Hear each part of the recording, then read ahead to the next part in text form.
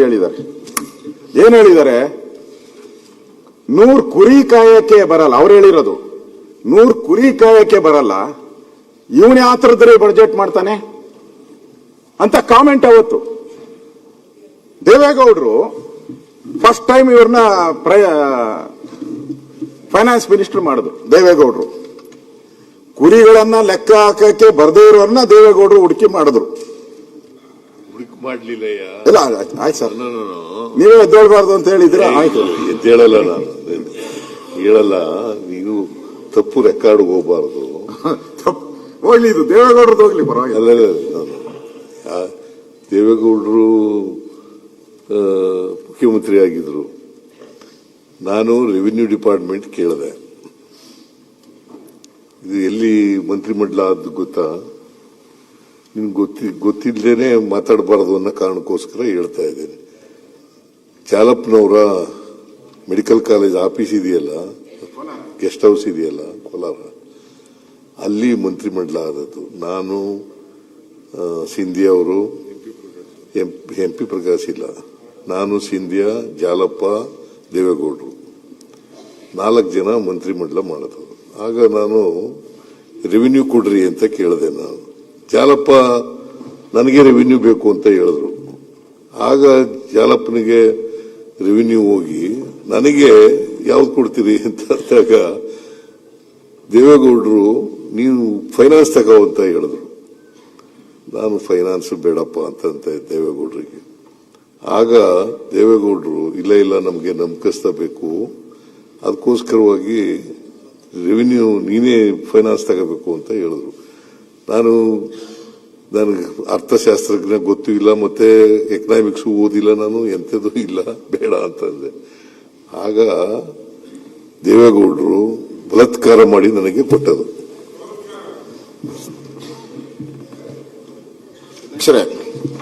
ಅವತ್ತು ದೇವೇಗೌಡರಿಗೆ ಏನಾನ ದೂರದೃಷ್ಟಿ ಇತ್ತನೋ ಗೊತ್ತಿಲ್ಲ. ಅವತ್ತು ನಿಮ್ ಫೈನಾನ್ಸ್ ಮಿನಿಸ್ಟರ್ ಆಗಿದ್ದಕ್ಕೆ ಇವತ್ತು 17 ಆಗಿದ್ದೆ. ಅವತ್ತಾಗಿಲ್ಲ ಅಂದಿದ್ರೆ ಎಷ್ಟಾಗ್ತಾ ಇತ್ತೋ ಗೊತ್ತಿಲ್ಲ. ಆಗ್ತಾನೆ ಇರ್ಲಿಲ್ಲ. ಬಿಟ್ಬಿಡಿ. ಅಷ್ಟಕ್ಕಾದ್ರೂ ಅವ್ರಿಗೊಂದು ಧನ್ಯವಾದ ಹೇಳ್ಬಿಡಿ. ನಾನಲ್ಲ, ನೀವ್ ಹೇಳಿ, ನನಗ್ ಬೇಕಾದ್ರೆ. ಸನ್ಮಾನ್ಯ ಅಧ್ಯಕ್ಷರೇ,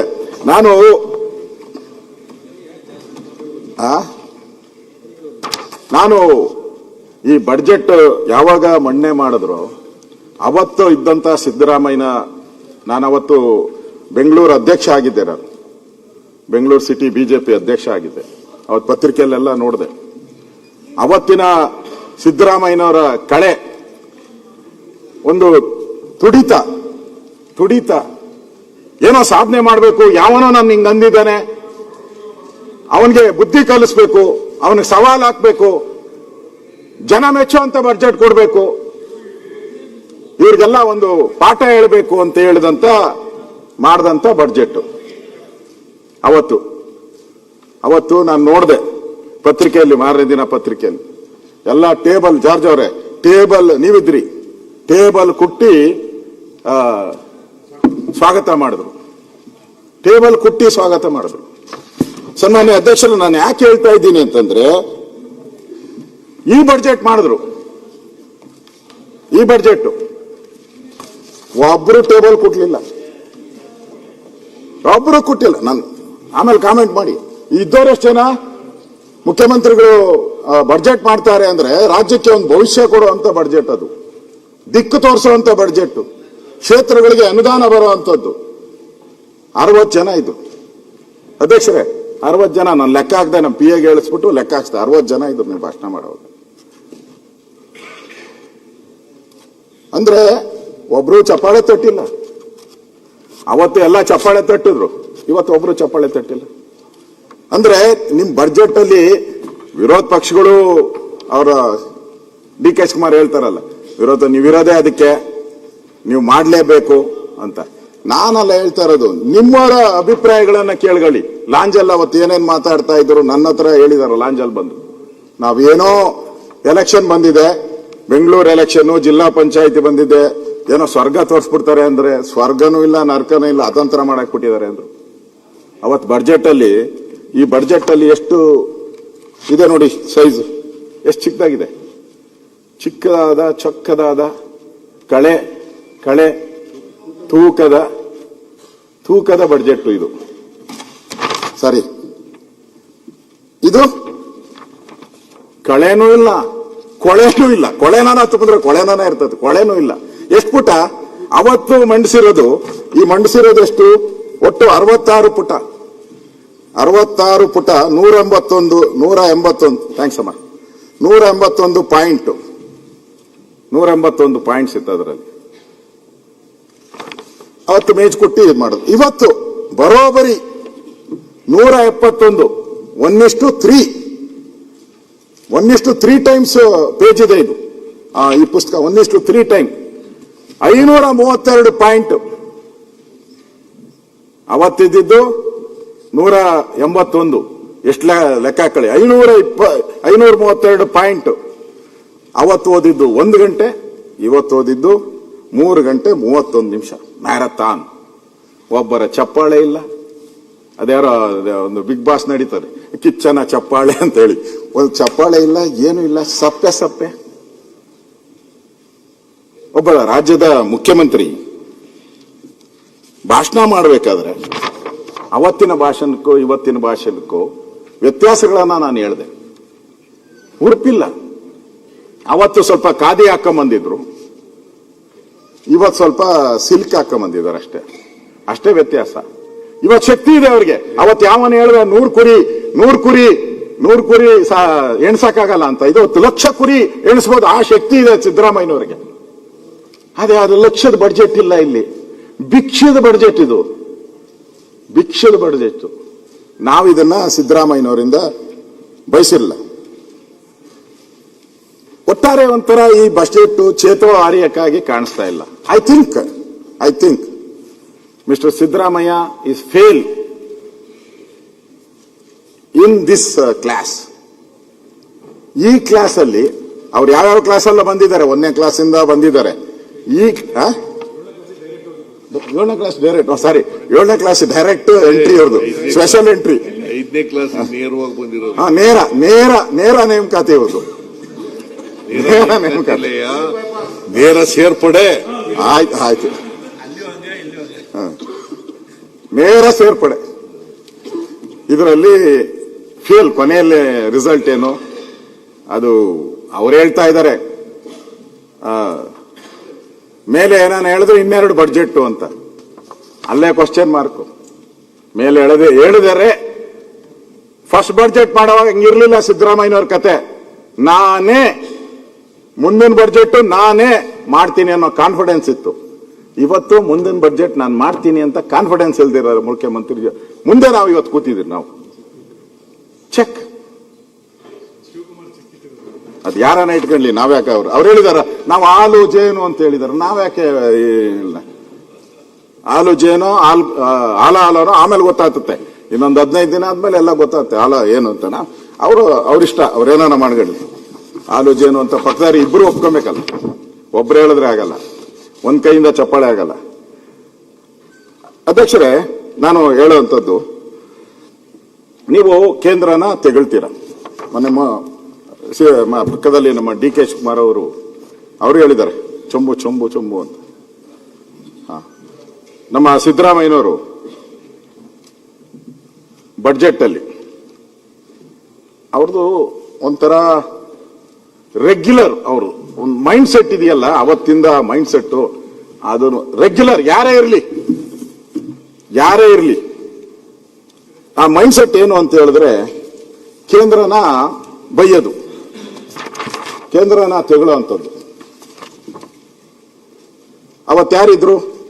ನೀವು ಮುಖ್ಯಮಂತ್ರಿ ಆಗಿದ್ದಾಗ ಪಿ.ವಿ. ನರಸಿಂಹರಾವ್ ಅವರು ಪ್ರಧಾನಮಂತ್ರಿಗಳು, ಕಾಂಗ್ರೆಸ್ ಪಾರ್ಟಿ, ಸನ್ಮಾನ್ಯ ಡಿ.ಕೆ. ಶಿವಕುಮಾರ್ ಅವರು ಪಾರ್ಟಿ, ಕಾಂಗ್ರೆಸ್ ಪಾರ್ಟಿ ಇದ್ದಿದ್ದವಾಗ. ಪರಮೇಶ್ವರ್ ಅವರೇ, ಸಿದ್ದರಾಮಯ್ಯನವರು ಮೋದಿನ ಒಬ್ಬರನ್ನೇ ನೀವು ಎಲ್ಲರೂ ಅಂತ ಹೇಳ್ಕೊಂಡಿದ್ದೀರಾ, ಮೋದಿನೇ ಬೈತಾರೆ ಸಿದ್ದರಾಮಯ್ಯ ಅಂತ. ಮೋದಿನಲ್ಲ, ಅವ್ರ ಕ್ಯಾರೆಕ್ಟರ್ ಹಂಗೆ, ಆ ಡೈರೆಕ್ಷನ್ ಹಂಗೆ, ಗುರಿನೇ ಹಂಗೆ ಅವ್ರದ್ದು. ಏನ್ ಹೇಳಿದ್ದಾರೆ ಅವಾಗ ಆ ಬಡ್ಜೆಟ್ ಅಲ್ಲಿ? 95-96 ಬಡ್ಜೆಟ್ ಸಿದ್ದರಾಮಯ್ಯನವರು. 23ನೇ ಪ್ಯಾರಾ, 10ನೇ ಹಣಕಾಸು ಆಯೋಗ ಸಂವಿಧಾನದ ತಿದ್ದುಪಡಿ ಮೂಲಕ 96-97ರಲ್ಲಿ ಜಾರಿಗೆ ಬರುವಂತೆ ಕೇಂದ್ರ ಸರ್ಕಾರ ಒಟ್ಟು ತೆರಿಗೆಗಳ ಆದಾಯವನ್ನು 29% ರಾಜ್ಯ ಸರ್ಕಾರಕ್ಕೆ ವರ್ಗಾಯಿಸಲು ಶಿಫಾರಸು ಮಾಡಿದೆ. ಈ ರೀತಿ ನಿಗದಿತ ಪಾಲನ್ನು ವರ್ಗಾಯಿಸುವ ವಿಧಾನವನ್ನು ಒಪ್ಪಬಾರದು. ಯಾರಿಗೆ? ಕಾಂಗ್ರೆಸ್ ಪಾರ್ಟಿಗೆ. 29% ವರ್ಗಾಯಿಸಲು ನಿಗದಿಪಡಿಸುವುದು ತುಂಬಾ ಕಡಿಮೆ ಆಗಿರುತ್ತದೆ. ಆದ್ದರಿಂದ ನಮ್ಮ ರಾಜ್ಯಗಳಿಗೆ ಬರಬೇಕಾದಂತಹ ತೆರಿಗೆ ಪಾಲಿನ ಪ್ರಮಾಣ 40% ಕೊಡಬೇಕೆಂದು ಒತ್ತಾಯಿಸುತ್ತೇನೆ. ಅವರು ಹೇಳಿರೋದು. ಡಿ ಕೆ ಶಿವಕುಮಾರ್ ಅವರೇ, ನಿಮ್ಮ ನರಸಿಂಹರಾವ್ ಅವರಿಗೆ, ಕಾಂಗ್ರೆಸ್ ಪಾರ್ಟಿ. ಆಮೇಲೆ ಮತ್ತೆ ಹೇಳವ್ರೆ, ಹಿಂದೆ ಸರ್ಕಾರ ಯಾರ್ದು? ನಿಮ್ಮದೇ ಸರ್ಕಾರ, ಹಿಂದೆ ಕಾಂಗ್ರೆಸ್ ಸರ್ಕಾರ. ಇವಾಗ ಹೇಳ್ತಾ ಇದಾರಲ್ಲ, ಹಿಂದೆ ನಮ್ಮ ಸರ್ಕಾರನ ಎಲ್ಲ ಸಾಲ ಮಾಡಿ ತಂದು ಬಿಟ್ಬಿಟ್ಟು ಹೋಗ್ಬಿಟ್ರು ಅಂತ. ಆ ಹಿಂದೆ ಸರ್ಕಾರದ ಬಗ್ಗೆ, ಈಗ ಕಾಂಗ್ರೆಸ್ ಸರ್ಕಾರದ ಬಗ್ಗೆ ಏನ್ ಹೇಳವ್ರೆ ಅಂತ ಸಿದ್ದರಾಮಯ್ಯನವರು. ನಮ್ಮ ಸರ್ಕಾರ ಅಧಿಕಾರ ವಹಿಸಿಕೊಂಡಾಗ ರಾಜ್ಯದ ಹಣಕಾಸು ಸ್ಥಿತಿ ಅಷ್ಟೊಂದು ತೃಪ್ತಿಕರವಾಗಿಲ್ಲ. ಸರ್ಕಾರವು ಭಾರತೀಯ ರಿಸರ್ವ್ ಬ್ಯಾಂಕ್ನಿಂದ ಓವರ್ ಡ್ರಾಫ್ಟ್ ಪಡೆದಿತ್ತು. ಅದೇ ಕಾಲಕ್ಕೆ 527 ಕೋಟಿ ರೂಪಾಯಿಗಳ ತುರ್ತು ಹಣಕಾಸು ಹೊಣೆಗಾರಿಕೆಯನ್ನು ತೀರಿಸಬೇಕಾಯಿತು. ರಾಜ್ಯ ಸರ್ಕಾರ ಹಣಕಾಸಿನ ಸ್ಥಿತಿ ಬಹಳ ವಿವರವಾದ ಶ್ವೇತಪತ್ರವನ್ನು ನಾನು ಇನ್ನಿತರ ದರ್ಖಾಸ್ತುವೇಜಲ್ಲಿ ಕೊಡ್ತೀನಿ ಅಂತ. ಅಂದ್ರೆ ಸಿದ್ದರಾಮಯ್ಯನವರು ಅವತ್ತು ಕೂಡ ನೀವು ಕಾಂಗ್ರೆಸ್ ಸರ್ಕಾರವನ್ನ ಟೀಕೆ ಮಾಡಿದ್ದೀರಿ. ನಮ್ ಸರಿಯಾದ ಪಾಲ್ ಬರ್ತಾ ಇಲ್ಲ, 29% ಕೊಡ್ತಾ ಇದ್ದೀರಾ, ಅದನ್ನ 40% ಬರಬೇಕು ಅಂತ ಅವತ್ತೇ ಬೇಡಿಕೆ ಇಟ್ಟಿದ್ರಿ. ನೀವು ಅವತ್ತೇ ಬೇಡಿಕೆ ಇಟ್ಟಿದ್ದು, 96ನೇ ಇಸ್ವಿಯಲ್ಲೇ ಬೇಡಿಕೆ ಇಟ್ಟಿದ್ರಿ. ಇದು ಅದಾದ್ಮೇಲೆ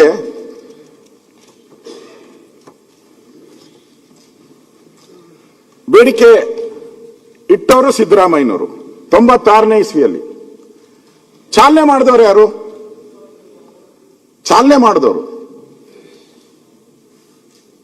ಮತ್ತೆ ಸಿದ್ದರಾಮಯ್ಯನವರು. 2015-16 ತಾವೇ ಮುಖ್ಯಮಂತ್ರಿಗಳು, ತಾವೇ ಫೈನಾನ್ಸ್ ಮಿನಿಸ್ಟರ್. ರೆಗ್ಯುಲರ್ ಬಿಡಿ, ಮುಖ್ಯಮಂತ್ರಿ ಆದ ತಕ್ಷಣ ಅವರೇ ಫೈನಾನ್ಸ್ ಮಿನಿಸ್ಟರ್ ಅಂತಾನೆ ಬರ್ಕೊಂಡ್ಬಿಡ್ಬೇಕು. ಅವ್ರು ಹೇಳಿದ್ದಾರೆ ಮತ್ತೆ ಕೇಂದ್ರ ಹಣಕಾಸು ಆಯೋಗ ಮತ್ತು ಕೇಂದ್ರ ವಲಯದ ಯೋಜನೆಗಳು. ತಮಗೆಲ್ಲ ತಿಳಿದಿರುವಂತೆ 14ನೇ ಹಣಕಾಸು ಆಯೋಗವು ರಾಜ್ಯಗಳಿಗೆ ಕೇಂದ್ರದ ಪಾಲಿನ ಹಂಚಿಕೆ ಪ್ರಮಾಣ 32% 42% ಏರಿಕೆ ಮಾಡಲು ಶಿಫಾರಸು ಮಾಡಿದೆ. ವಿಭಜಿತ ಮೊತ್ತದಲ್ಲಿ ರಾಜ್ಯಗಳಿಗೆ ಹೆಚ್ಚಿನ ಪಾಲು ಪಡೆಯಲು, ಅದರಲ್ಲೂ ಕರ್ನಾಟಕಕ್ಕೆ ಹೆಚ್ಚಿನ ಪಾಲನ್ನು ಪಡೆಯಲು ರಾಜ್ಯ ಸರ್ಕಾರವು ಅವಿತರ ಪ್ರಯತ್ನ ಮಾಡಿದೆ. ಯಾರು? ಸಿದ್ದರಾಮಯ್ಯನವರು 96ನೇ ಇಸ್ವಿಯಲ್ಲಿ ಪ್ರಯತ್ನ ಮಾಡಿದೆ. ಈ ಹಿಂದೆ ಪ್ರತಿ ಹಣಕಾಸು ಆಯೋಗವು ಕರ್ನಾಟಕ ಪಾಲನ್ನು ಕಡಿಮೆಗೊಳಿಸುತ್ತಾ ಬಂದಿತ್ತು. ಅಲ್ಲಿಂದ ಇಲ್ಲಿವರೆಗೂ ರಾಜ್ಯ ಸರ್ಕಾರ ಮಾಡಿಕೊಟ್ಟ ಮನವಿಯ ಫಲಶ್ರುತಿಯಾಗಿ ಪ್ರಥಮ ಬಾರಿಗೆ 14ನೇ ಹಣಕಾಸು ಆಯೋಗವು ರಾಜ್ಯದ ಪಾಲಿನಲ್ಲಿ ಹೆಚ್ಚು ಮಾಡಿರುವುದು ಕಾಣಬಹುದಾಗಿದೆ. ನಮ್ಮ ಪಾಲು 4.33% ಸೇವಾ ತೆರಿಗೆ 4.822, ಇತರ ತೆರಿಗೆ 4.73 ಏರಿಕೆಯಾಗಿದೆ. ಮಾಡಿದವರು ಯಾರು? ಮೋದಿಯವರು. 2014 ಬೇಡಿಕೆ ಕೊಟ್ಟಿದ್ದು ನರಸಿಂಹರಾವ್ ಅವರಿಗೆ, ಮಾಡಿದ್ದು ಇಲ್ಲ ನರಸಿಂಹರಾವ್ ಅವರು, ಮಾಡಿದ್ದು ಮೋದಿಯವರು. ಒಂದು ಥ್ಯಾಂಕ್ಸ್ ಇಲ್ಲ ಬಿಡಿ, ಅದನ್ನ ನಾನು ಅಕ್ಸೆಪ್ಟ್ ಮಾಡಕ್ಕಾಗಲ್ಲ. ಸನ್ಮಾನ್ಯ ಅಧ್ಯಕ್ಷರೇ, ಅದಾದ್ಮೇಲೆ ನಾನು ಬಡ್ಜೆಟ್ಗೆ ರೆಗ್ಯುಲರ್ ಈ ಬಡ್ಜೆಟ್ಗೆ ಬರ್ತೀನಿ. ಹಿಂದೆ ಮುಖ್ಯಮಂತ್ರಿ ಹೆಂಗೆ ಬಂದರು ಅನ್ನೋದನ್ನೇ ಹೇಳಿದೆ, ಅವರ ನಡೆ ನುಡಿ ಬಗ್ಗೆ.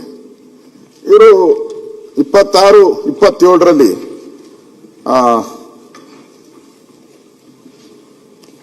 ಪೇಜ್ 4ರಲ್ಲಿ ಈ ಜಿ ಅಂತ ಹಾಕಿದ್ದಾರೆ. ಅದು 2G ಗೊತ್ತು, 4G ಗೊತ್ತು, 11G ಯಾವುದೇ ಜಿಗಳು ಹಾಕಿದ್ದಾರೆ. 11G. ಆಮೇಲೆ ನಮ್ಮ ಹುಡುಕೊಟ್ರು, ನನ್ನ ಯಾರೋ ಸ್ನೇಹಿತರು, ನಮ್ಮ ಡಾಕ್ಟ್ರು, ಅದು ಜಿ ಅಂದ್ರೆ ನಮ್ಮ ರಾಜ್ಯ ಸರ್ಕಾರ ಹೇಗೆ ಅಭಿವೃದ್ಧಿ ಇಡೀ ದೇಶದಲ್ಲಿ ಇಡೀ ಪ್ರಪಂಚದಲ್ಲಿ ಯಾವ ರೀತಿ ಅಭಿವೃದ್ಧಿ ಆಗಿದೆ. ನಾವು ದೇಶದಲ್ಲೇ ನಂಬರ್ 1, ಪ್ರಪಂಚದಲ್ಲೇ ನಂಬರ್ 1 ಅಂತ ಹೇಳಿಲ್ಲ, ದೇಶದಲ್ಲೇ ನಂಬರ್ 1 ಅಂತ ಹೇಳಿದ್ದಾರೆ. ಆ ಜಿಗಳ ಕತೆ, ಆ ಜಿಗಳು ಒಂದೊಂದು ಜಿ ಇದು ಹೇಳ್ತಾ ಇದ್ದೀನಿ ನಾನು. ಇಲ್ಲಿ ತಾವು ಅರ್ಬನ್ ಡೆವಲಪ್ಮೆಂಟ್ ಬಗ್ಗೆ ಹೇಳಿದ್ದೀರ.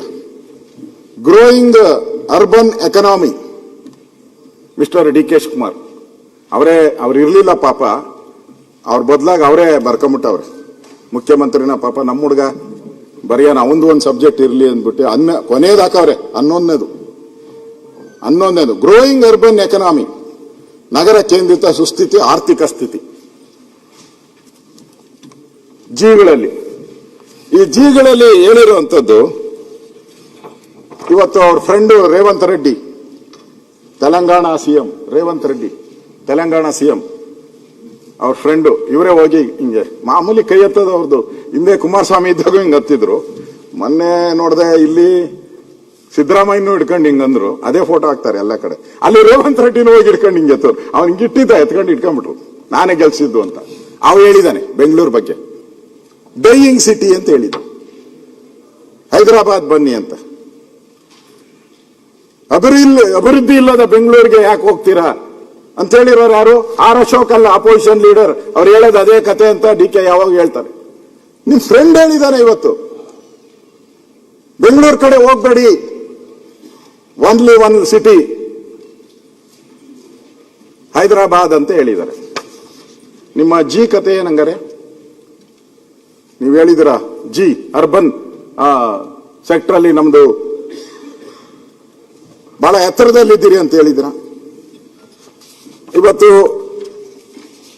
ನಿಮ್ಮ ರಸ್ತೆಗಳು ತಾವೇ ಹೇಳಿದಿರ. ನನ್ನ ಪ್ರಕಾರ ಡಿ ಕೆ ಶಿವಕುಮಾರ್ ಅವರು ಒಂದು 8 ಪ್ರೆಸ್ ಮೀಟ್ ಮಾಡಿದ್ದಾರೆ. ಆ 8 ಪ್ರೆಸ್ ಮೀಟ್ ಅಲ್ಲೂ 15 ದಿನ ಜಮೀರ್ ನಗ್ಬೇಡ, 15 ದಿನ ಅದೇ ಸೇಮ್ 15 ದಿನಗಳಲ್ಲಿ ಮುಚ್ಚಲಾಗುವುದು. 15 ದಿನಗಳಲ್ಲಿ ಮುಚ್ಚಲಾಗುವುದು. ಕೊನೆಗೆ ಆಗದಿರ ಬಿಟ್ಬಿಟ್ಟು ಕೊನೆಗೆ ಸಿಎಂ ಹೇಳಿದ್ರು, ನನ್ ತಂಟೆ ಬರ್ಬೇಡ್ರಪ್ಪ, ಡಿ ಕೆ ಶಿವಕುಮಾರ್ ಹತ್ರನೇ ಹೋಗಿ ಕೇಳ್ಕೊಂಡ್ಬಿಡ್ರಿ ಅಂತ. ಆ ಸ್ಥಿತಿಗೆ ಬಂದ್ಬಿಟ್ಟು ಬೆಂಗಳೂರು. ಹಳ್ಳ ಬಿದ್ದ ಗುಂಡಿಗಳ ರಸ್ತೆ ಬೆಂಗಳೂರು ಆಗೋಯ್ತು. ಇವಾಗ ಕಸ ಆ ದೊಡ್ಡಬಳ್ಳಾಪುರದ ಮೇಲೆ ಬೀಳ್ತಾರೆ, ಎಲ್ಲ ಪತ್ತ ಇಲ್ಲ. ದೊಡ್ಡಬಳ್ಳಾಪುರ ಕಸದ ನಾನ್ ಬೇಡ, ನಮ್ಮನ್ನ ನೀವು ತಗೊಳ್ಳೋರು ಪರವಾಗಿಲ್ಲ. ಇವತ್ತು ಯಾವ್ದಾದ್ರೂ ರಸ್ತೆ ಹೋಗಿ, ಎನಿ ರೋಡ್ ವಿತೌಟ್ ಗಾರ್ಬೇಜ್, ನಾನು ಚೀಮಾರಿ ಹಾಕಿ ಕರೆದು any road, M G road ಇಂದ ಹಿಡಿದು ಡಿ ಕೆ ಶಿವಕುಮಾರ್ ರೋಡ್ವರೆಗೂ ಎನಿ ರೋಡ್ ಗಾರ್ಬೇಜ್ ಇಲ್ಲದ ರಸ್ತೆಗಳಿಲ್ಲ ಬೆಂಗಳೂರಲ್ಲಿ. ಇದಾರಪ್ಪ ಅವರು, ಇವಾಗ ಯಾಕೆ ಇಳಿರಕ್ ಹೋತೀಯ? ಬದುಕಿದಾರ ಅವ್ರು, ಇನ್ನ ಗಟ್ಟಿ ಇದಾರೆ, ಇನ್ನ 40 ವರ್ಷ ಇರ್ತಾರೆ. ಇವಾಗ ರಸ್ತೆಗೆ ಹೆಸರು ಇಡಾಕೋತೀಯಲ್ಲಪ್ಪ ನೀನು. ನಾನು ಅವ್ರ ರಸ್ತೆನೇ ಇಲ್ಲ ಅಂತಿದ್ದು. ಇನ್ನ 40 ವರ್ಷ ಇರ್ತಾರೆ ಅವರು. ಇಲ್ಲ ಸರ್, ಡಿ ಕೆ ಶಿವಕುಮಾರ್ ರಸ್ತೆ ಅಂತ ಅಂತೂ ನನ್ಗೆ ಇರೋದು ನನ್ಗೆ ಗೊತ್ತಿಲ್ಲ. ನಿಮ್ ಕಾಲದಲ್ಲಿ ಏನೋ ಇಟ್ಟಿದ್ರೆ ಬಿಜೆಪಿ ಕಾಲದಲ್ಲಿ ಅಂತ ನನ್ಗೆ ಗೊತ್ತಿಲ್ಲ.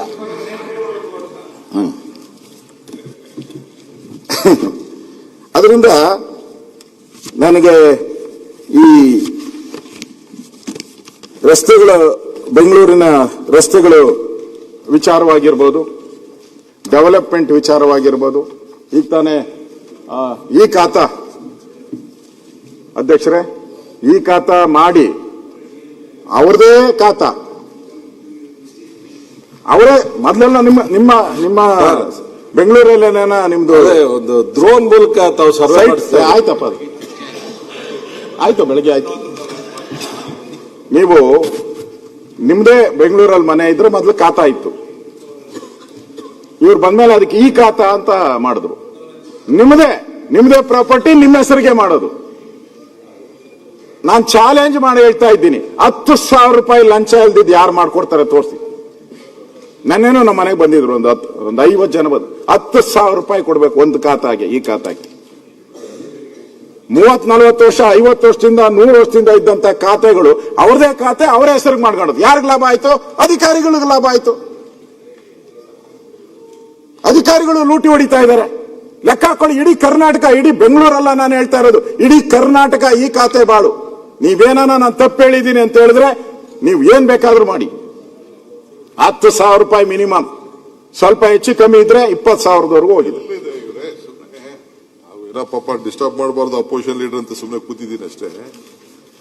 ಈ ಖಾತಾ ಸಿಸ್ಟಮ್ ಇಡೀ ದೇಶದಲ್ಲಿ ನಾವು ಸ್ಕ್ಯಾನ್ ಮಾಡಿಕೊಟ್ಟು ಅರ್ಜಿ ತೆಗೆದುಕೊಂಡು ಕಂಪ್ಲೀಟ್ ಡಾಕ್ಯುಮೆಂಟೇಶನ್ ಮಾಡಿ ಮನೆಗಳು ಕೊಟ್ಟು ಏನಾದ್ರು ಪ್ರಾಬ್ಲಮ್ ಇದೆ ಅಂತೇಳಿ ಅವ್ರ ಸರ್ಟಿಫಿಕೇಟ್, ಅವ್ರ ಮನೆ ಫೋಟೋ, ಅವ್ರ ಫೋಟೋ ಹಾಕೊಂಡು ಡಿಸ್ಟ್ರಿಬ್ಯೂಟ್ ಮಾಡಿ ನಿಮ್ ಸೆಂಟ್ರಲ್ ಗೌರ್ಮೆಂಟ್ ಕರೆದು this is one of the best governance state ಅಂತ ಅಂದ್ಬಿಟ್ಟು ಅವಾರ್ಡ್ ಕೊಟ್ಟಿದ್ದೀರಿ ನೀವು. ತಿರ್ಗಾ ನೀವು ಅವಾರ್ಡ್ ಕೊಟ್ಬಿಟ್ಟು ತಿರ್ಗಾ ನೀವೇ ಮಾತಾಡೋದು ಹೆಂಗಲ್ಲಪ್ಪ? ಸೊ ಹಂಗೆ ಈ ಖಾತಾ ಸಿಸ್ಟಮ್ ಈಗ ಇವರು ಕೃಷ್ಣ ಬೈರೇಗೌಡ ಇಲ್ಲೇ ಕೂತಿದ್ದಾರೆ, ನಾವು ಇಲ್ಲೇ ಇದ್ದೀರಿ. ನಾವೇನು ಈ ಭೂಮಿ ಗ್ಯಾರಂಟಿ ಕೊಟ್ಟು ಈ ಖಾತಾ ಸಿಸ್ಟಮ್ ಮಾಡಿದೀವಲ್ಲ, ಈ ದೇಶಕ್ಕೆ ಬಾಡ್ಲು. ಹಿಂದೆ ಕೂಡ ಅಷ್ಟೇ ಪಾಣಿ ಕೊಟ್ಟಂತ ಸಂದರ್ಭದಲ್ಲಿ ಪಾಣಿ ಕೊಟ್ಟ ಕೂಡ ಭೂಮಿ ಸ್ಕೀಮ್ ಮಾಡಿದೀವಿ. ಈಗೂ ಕೂಡ ಈ ಖಾತಾ ಬೇಕಾದ್ರೆ ಅಶ್ವತ್ಥ ಪಕ್ಕದಲ್ಲೇ ಕೂತವ್ರೆ, ಬೆಂಗಳೂರು ಸಿಟಿ ಬೇರೆ MLA ಕೊಟ್ಟಿದೆ. ಅದ್ ಯಾರಪ್ಪ 10,000 ರೂಪಾಯಿ ಕೊಟ್ಟವ್ರ 10,000 ಕೇಳಿದ್ರೆ ಒಂದು ಪಟ್ಟಿ ಕೊಡಿ. ಐ ವಿಲ್ ಸೀ ದಟ್ ಇವತ್ತು ಕೊಡಿ. ಈಗ ಸಾಯಂಕಾಲದ ಒಳಗಡೆ ಸಸ್ಪೆನ್ಷನ್ ಆರ್ಡರ್ ಮಾಡ್ತೀವಿ. ಶಿವಕುಮಾರ್ ಅವರೇ, ಈ ಖಾತಾದ ಸಮಸ್ಯೆ ಇಡೀ ರಾಜ್ಯದಲ್ಲಿ ಹೆಂಗಿದೆ ಅಂತ ಕೇಳಿದ್ರೆ ನಿಮಗೆ ಇದ್ರ ಅಂದಾಜಿಲ್ಲ. ನೀವು ಇದನ್ನ ದಯಮಾಡಿ ಖಾಸಗಿಯಾಗಿ ನಿಮ್ ಶಾಸಕರುಗಳ ಹತ್ರ ಕೇಳಿ. ಒಂದ್ ನಿಮಿಷ ನಾನು ಹೇಳ್ತೀನಿ ಕೇಳಿ. ಆಡಳಿತ ಸುಧಾರಣೆ ಮಾಡ್ಲಿಕ್ಕೆ ಹೊರಟಿದ್ದೀರಿ ಅಂತಂದ ಮೇಲೆ ನೀವು ಸಮಾಜದಿಂದ ಕೇಳಬೇಕು. ಈ ಖಾತಾದ ಸಮಸ್ಯೆಯನ್ನ ಇಡೀ ಈ ರಾಜ್ಯದಲ್ಲಿ ಯಾವತ್ತೂ ಇಷ್ಟು ಅನುಭವಿಸ್ತಿಲ್ಲ. ಒಬ್ಬೊಬ್ಬ ಈ ಖಾತೆ ನನ್ನ ಸ್ವಂತ ಜಾಗದ ಖಾತೆ ತಗೊಳ್ಬೇಕು ಅಂತಂದ್ರೆ 10,000 ರೂಪಾಯಿ 20,000 ರೂಪಾಯಿ ನಮ್ಮ ತಾಲೂಕ್ ಆಫೀಸಲ್ಲಿ ಕೊಡಬೇಕು ಅಂತ ಹೇಳಿ ಜನ ನಮ್ಮ ಕಚೇರಿಗಳಿಗೆ ಬಂದು ಕೂತಿದ್ದಾರೆ. ನಿಮ್ಗೆ ಅಂದಾಜಿಲ್ಲ ಇದ್ರದ್ದು. ಬಹಳ ಲೈಟ್ ಆಗಿ ತೆಗೆದುಕೊಂಡಿದ್ದೀರಿ ಈ ಸರ್ಕಾರ ಹಿಂಗೆ ಅಂತ ಅನ್ಕೊಳ್ಳೋಣ. ಈ ಖಾತಾ ಸಮಸ್ಯೆ ಇನ್ನು ಬರಲೇ ಇಲ್ಲ, ಖಾತೆಗಳೇ ಕೊಡ್ತಾ ಇಲ್ಲ. ನೋಡ್ರಿ, ಸರ್ವರ್ ಸಮಸ್ಯೆ ಎಷ್ಟು ತಿಂಗಳಿಂದ ಹೇಳ್ತಾ ಈಗ ಬೆಂಗಳೂರು ನಗರದಲ್ಲಿ 10 ಲಕ್ಷ ಖಾತೆ ಇಶ್ಯೂ ಮಾಡಿದ್ವಿ. 10 lakhs I am on record. 10 lakh ಇನ್ನ ಮಾಡಬೇಕು. ನಾನು ಇಲ್ಲ ಅಂತ ನಾನು ಹೇಳುದಿಲ್ಲ. ಡಾಕ್ಯುಮೆಂಟ್ ಸರಿ ಇರಬೇಕು, ಡಾಕ್ಯುಮೆಂಟ್ ವೆರಿಫೈ ಮಾಡಬೇಕು, ಅವ್ರ ಮನೆ ಫೋಟೋ ಬರಬೇಕು, ಅವ್ರ ಫೋಟೋ ಬರಬೇಕು, ಮಾಡಬೇಕು. 10 lakhs ಖಾತಾ ಕೊಟ್ಟಿದ್ದೀವಿ. ಈಗ ಏನು ನಾವು ಇವ್ರದ್ದು ಮಾಡಿದ ರೆವಿನ್ಯೂ ಮಾಡಿದ್ವಲ್ಲ 1,11,00,000 ನೋಡಿದಿರ ನೀವು ಯಾವ ರೀತಿ ಡಿಸ್ಟ್ರಿಬ್ಯೂಷನ್ ಮಾಡ್ಕೊಂಡು ಬರ್ತಾ ಇದೀವಿ ಅಂತ ಅಂದ್ಬಿಟ್ಟು. ಸೊ ಯಾವ ಆಟೋಮೆಟಿಕ್ ಅಪ್ರೂವಲ್ ಕೂಡ ನಾವು ಮಾಡಿದೀವಿ. ಸೊ ಕೆಲವು ಸಂದರ್ಭದಲ್ಲಿ ಕೆಲವು ಇದನ್ನ ಟೆಕ್ನಿಕಲ್ ಇಶ್ಯೂಸ್ ಕೆಲವು ಡಿಲೇ ಆಗ್ತವೆ. ಅದಕ್ಕೂ ಕೂಡ ಎಲ್ಲೆಲ್ಲಿ ರಿಜಿಸ್ಟ್ರೇಷನ್ಗೆ ತೊಂದರೆ ಆಗ್ತಾ ಇದೆ. ಅದಕ್ಕೆ ಇನ್ನೊಂದು ನಾಳೆದಲ್ಲಿ ಹೆಚ್ಚಿನ ವಿಡಿಯೋಗಳಿಗೆ ಪ್ರತಿಧ್ವನಿ ಯೂಟ್ಯೂಬ್ ಚಾನೆಲ್ ಸಬ್ಸ್ಕ್ರೈಬ್ ಮಾಡಿ, ಬೆಲ್ ಐಕಾನ್ ಕ್ಲಿಕ್ ಮಾಡಿ.